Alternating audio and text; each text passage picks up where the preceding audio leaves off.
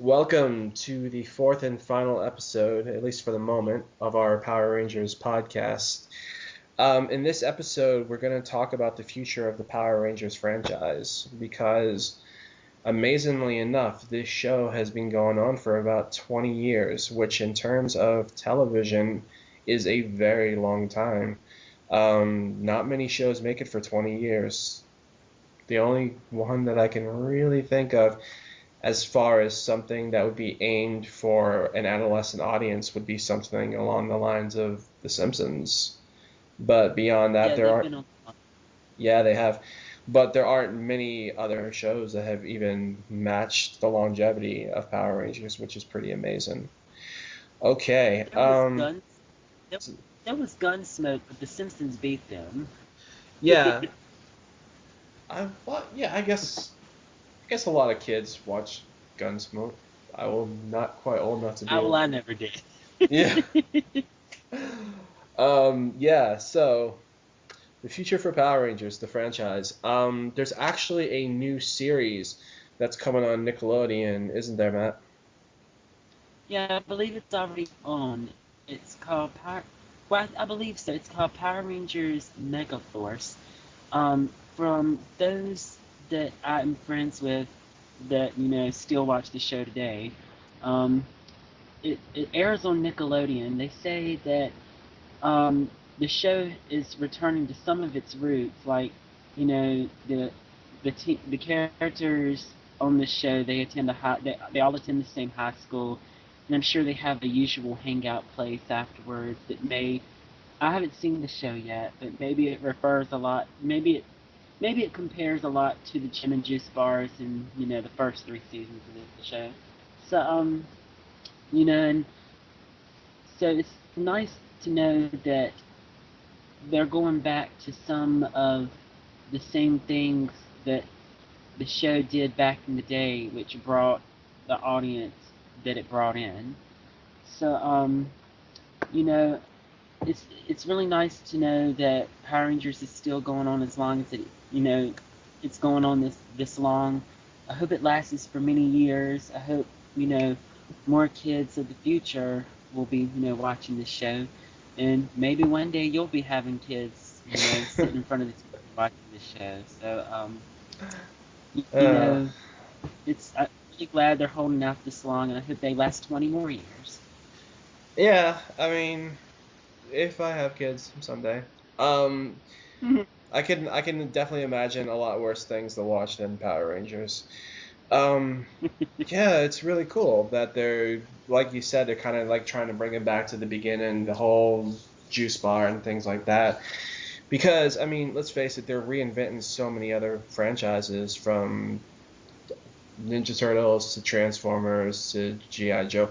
I mean, let's face it, everything.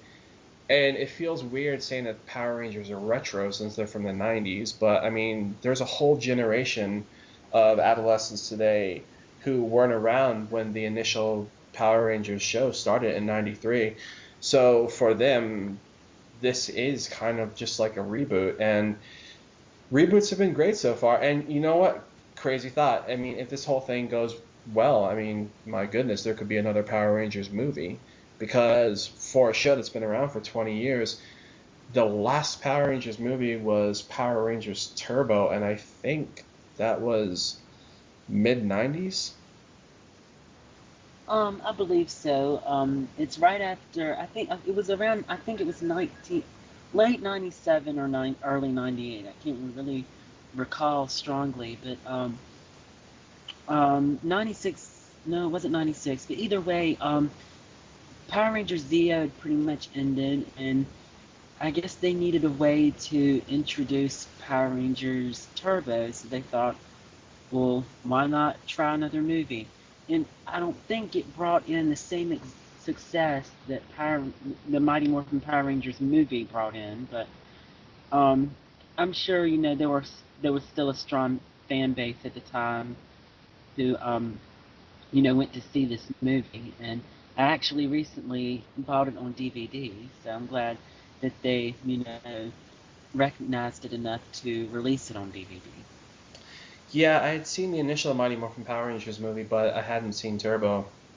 And to this day, I haven't seen Turbo.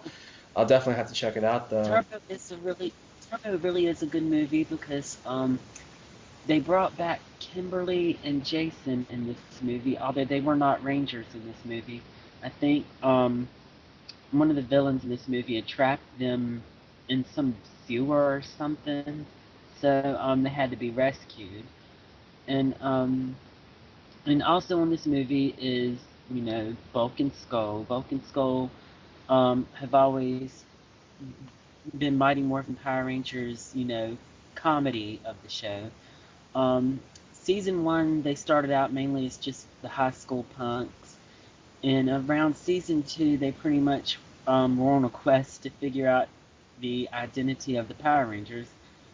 And but either way, they Bulk and Skull always remained as the show's main comedy. Whenever you want to like Power Rangers was pretty much serious a lot. Having to deal with fighting off evil, but there was always a few moments where we laughed at Bulk and Skull. So Bulk and Skull, they were you know on the first movie, they were on the second, the Turbo movie, they were on Power Rangers seasons 1, 2, and 3. They also made it to Power Rangers Zeo and Turbo, and they actually made it to Power Rangers in Space. And then after In Space came Power Rangers Lost Galaxy. Bulk made it to Power Rangers Lost Galaxy, but I don't recall Skull making it that far. So they actually lasted longer than any other actor or actress on the show, oddly enough. So you would, I do recommend you see Power Rangers Turbo. You know, because you'll see Kimberly, you'll see Jason, and whether you want to or not, you'll see Bulk and Skull. Yeah, it's interesting what you were saying about particularly the actor who played Bulk. I mean, Paul Scheer, who played Bulk, and then Jason Narvi, who played Skull, they were basically mainstream. I know this for a fact. They were like mainstays of the seasons throughout, and it would be great if I know that they're doing like the new show on Nickelodeon. It would be great if they could bring those two actors back, as well as the Tommy, as in sort of an advisory type role for the show. I think it would be great they because. actually Go ahead. they actually did bring back Bulk for, I think it was the last show they had on Power Rangers Samurai. Bulk came back, and I don't think Skull was there, but I did hear Skull did make an episode appearance, but instead of having Skull, they had somebody play as Skull's nephew, and he looked exactly like him. And how the role of Skull got married, I don't know. Wait, no, I don't think he got married. He just had, I guess he must have had a brother that had a nephew. Um, but the nephew looks exactly like him, so it's Bulk and Skull's nephew, and I think his name was Spike. And they still use the same theme song for Bulk and Skull. Um, if anybody remembers it, whenever Bulk and Skull would enter the room, they would I have their do own theme actually. music. Yeah. Really ugly. If anybody ever played that tune just when I walked into a room, I'd probably cry. Um, and they used it to this day. I'm like, wow, they still remember that ugly tune. But so it was so maybe they might come back for an episode of this show. And I actually hear some fans on Facebook are starting a petition to bring Tommy back to Power Rangers in some sort of form or fashion. And I think the actor Jason David Frank knows about this, and he actually, I guess, he shared it on his Facebook page, and I guess he found it, somewhat surprising that, all these fans, still think about him very strongly to this day. So it's safe to say that Power Rangers does really have a bright future. Yeah, I mean, for a show to be around as long as it has, I mean, it definitely has to have a devoted fan following. Because even though it's a show for adolescents, you got to think that there are a lot of options out there for kids to watch these days. And from hearing you talk, I would imagine that a lot of the Power Rangers fan base out there is actually people whom watched the original show like I did, but also kept with the show through the seasons. And my God, when you get 20 years of continuity, then you're definitely going to have some rich stories and fond feelings from the fans to the actors who played those roles.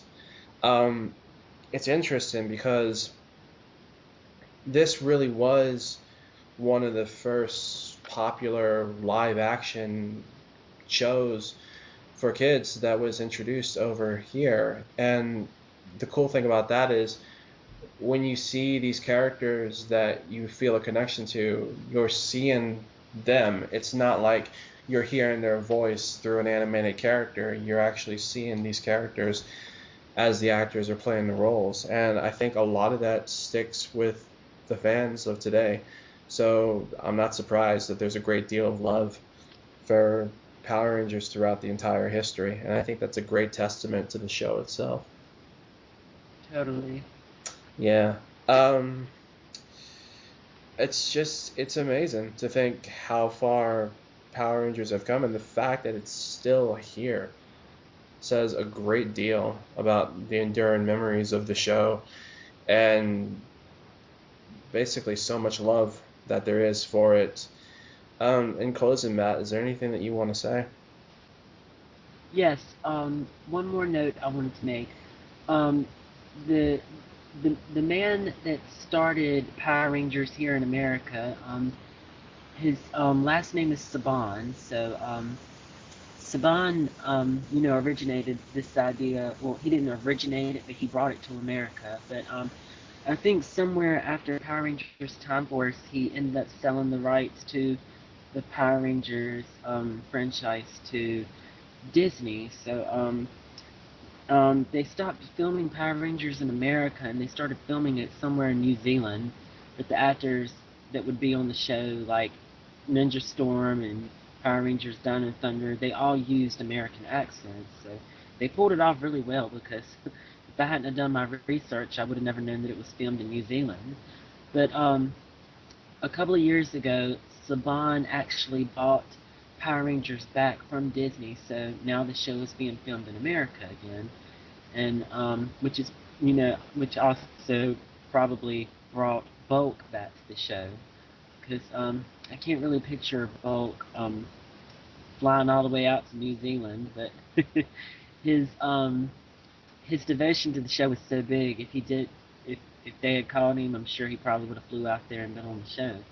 But Saban owns the rights to Power Rangers again, so all the more reason to watch it. Yeah, I mean, like I said, I really do hope that the actors who played Bulk, Skull, and Tommy, I sincerely hope that they have a part in the new show because, I mean, there's definitely something to be said for not forgetting your roots, and particularly when you have actors who care about the show as much as those three do, then it would just be great to see them back with the show. I think it would do, because not only would you make the fans of the original happy, but you'd also teach these young kids today a little bit about that magic that made Power Rangers so special. Because even though Power Rangers is still going strong today, it's nothing compared to the first couple of years. Just and to be fair, I don't think many things could compare because in the mid '90s, the mention of Power Rangers, my God, it was pretty big. So I definitely want to see them back, and I think that this show definitely has a bright future. So, in closing, Definitely. sorry, go ahead, Matt. Oh, I was agreeing with you. So yeah, in closing, thank you to everyone who listened to this, and if you have any questions, feel free to leave us comments in the section, and we may or may not, we may revisit this topic at some point. So thank you for taking the time to listen, and goodbye.